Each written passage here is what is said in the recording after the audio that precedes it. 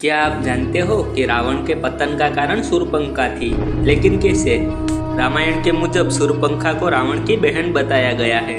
वैसे तो रामायण में इसके बारे में ज्यादा जानकारी नहीं दी गई है, लेकिन शूर्पणखा एक विशेष पात्र है जिसकी वजह से पूरी रामायण होती है और रावण का अंत होता है। एक कथा के अनुसार जब शूर्पणखा बड़ी हो जाती है तो वो एक दानव जाति के राजकुमार से विवाह कर लेती है जिसका नाम विद्युतजीवा होता है। जब रावण को इसका पता चलता है तो वे बहुत क्रोधित हो जाता है और शूर्पणखा और उसके पति को मारने का विचार करता है।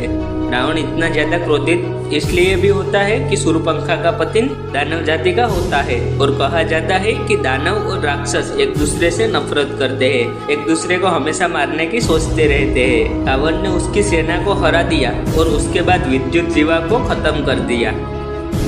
फिर उसके बाद रावण अपनी बहन को खत्म करना चाहता था। जब रावण उसको मारने ही वाला था तब रावण की पत्नी मंदोदरी आ जाती है। वो रावण को रोकने की कोशिश करती है और कहती है कि शूर्पणखा को छोड़ दो। तभी वहाँ रावण का भाई कुंभकर्ण भी आ जाता है और वो भी रावण से वही बात दोहराता है। फिर उन दोनों के कहने पर रावण शूर्पणखा को छोड़ देता है। मंदोदरी शूर्पणखा को वहाँ से जाने के लिए कहती है और अपने लिए दूसरा पति ढूंढने के लिए कहती है।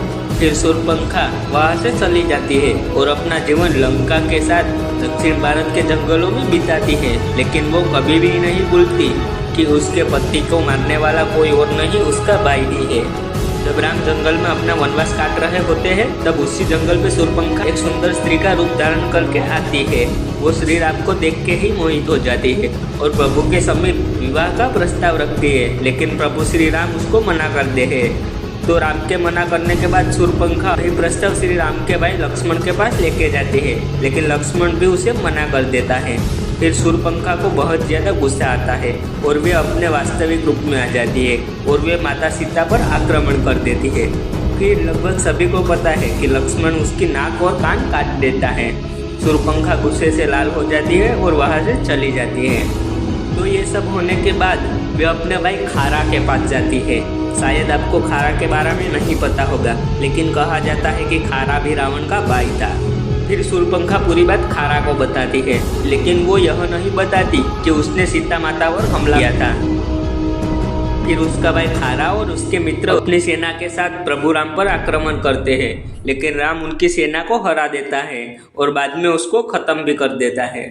उसे देख शूर्पणखा को पता चल जाता है कि राम बहुत शक्तिशाली है और वे रावण को भी हरा सकते हैं। रावण बहुत ज्यादा शक्तिशाली था, उसे वरदान था कि उसे कोई देवता नहीं हरा सकता, परंतु राम तो मनुष्य थे।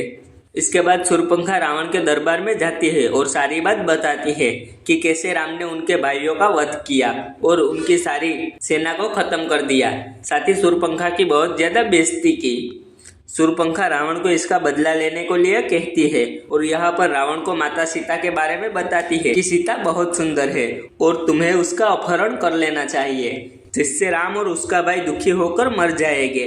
फिर रावण अपहरण भी कर लेता है, जो कि उसकी मृत्यु का कारण भी बनता है। तो खैर दोस्तों, आज के लिए इतना ही। वीडियो पसंद आई हो तो वीडियो को लाइक जरूर करना और साथ ही ऐसी और हिंदुत्व से जुड़ी वीडियो देखने के लिए हमारे चैनल को सब्सक्राइब करना ना भूलें, क्योंकि यहाँ हम हर रोज नई नई जानकारी आपके लिए लेके आते हैं। तो दोस्तों, मिलते हैं एक नए टॉपिक के साथ। तब तक के लिए जय श्री कृष्ण।